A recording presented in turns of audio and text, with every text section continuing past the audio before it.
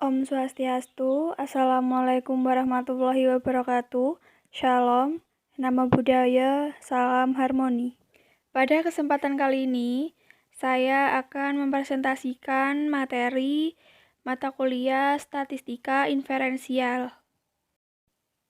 Sebelumnya, perkenalkan nama saya Shebi Erta Aryani dengan NIM 201 102 102 Prodi Teknologi Pendidikan Universitas Pendidikan Ganesha. Pada bagian pertama, saya akan menjelaskan pengertian statistik dan statistika. Yang pertama, statistik merupakan ukuran yang diperoleh atau berasal dari sampel, yaitu sebagai lawan dari parametrik yang berarti ukuran yang diperoleh atau berasal dari populasi.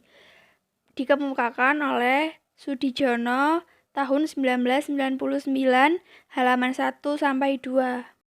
Kedua, menurut Sujana tahun 1984, halaman 2, menyatakan bahwa statistika merupakan pengetahuan yang berhubungan dengan cara-cara pengumpulan fakta, pengolahan, dan penganalisannya, penarikan kesimpulan, serta pembuatan keputusan yang beralasan berdasarkan fakta dan penganalisisan yang dilakukan. Kedua, yaitu fungsi statistika. Statistika inferensial atau induktif digunakan untuk melakukan diantaranya: pertama, generalisasi dari sampel ke populasi; kedua, uji hipotesis, membandingkan atau uji perbedaan atau kesamaan, dan menghubungkan, yaitu uji keterkaitan kontribusi. Yang ketiga, untuk memprediksi dengan teknik. Teknik yang digunakan yang pertama, regresi linier; kedua, regresi kuvilinier, kuadratik, logaritmik, hiperbolik, dan lainnya.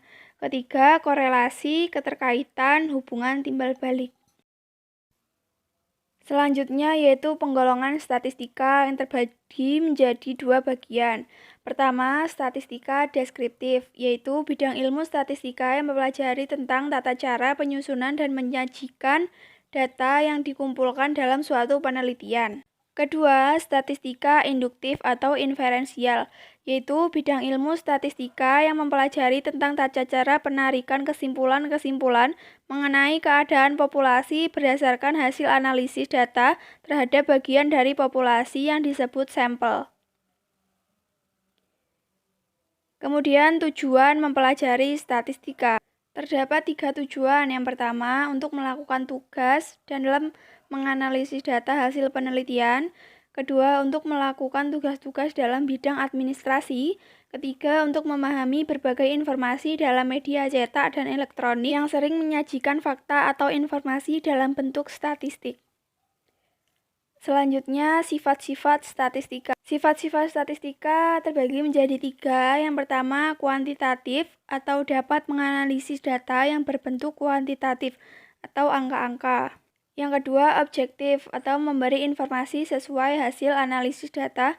Dan terakhir, dapat digunakan dalam berbagai disiplin ilmu pengetahuan. Kemudian, jenis-jenis data statistik. Yang pertama, data kualitatif, yaitu data yang menggambarkan suatu objek atau variabel dalam bentuk sifat-sifat, kategori, kriteria, dan klasifikasi. Yang kedua, data kuantitatif, yaitu data yang menggambarkan keadaan suatu objek atau variabel dalam bentuk angka, atau bilangan. Kemudian, istilah dalam statistik. Terdapat 4 istilah dalam statistik. Yang pertama adalah populasi, yaitu merupakan keseluruhan data yang akan dianalisis. Kemudian sampel, merupakan bagian dari populasi yang secara langsung dikenai penelitian. Yang ketiga, variabel atau objek penelitian, yaitu segala sesuatu yang menjadi fokus perhatian dalam suatu penelitian.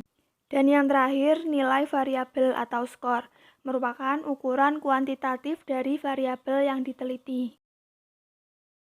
Demikian penjabaran materi yang dapat saya sampaikan. Terima kasih. Wassalamualaikum warahmatullahi wabarakatuh.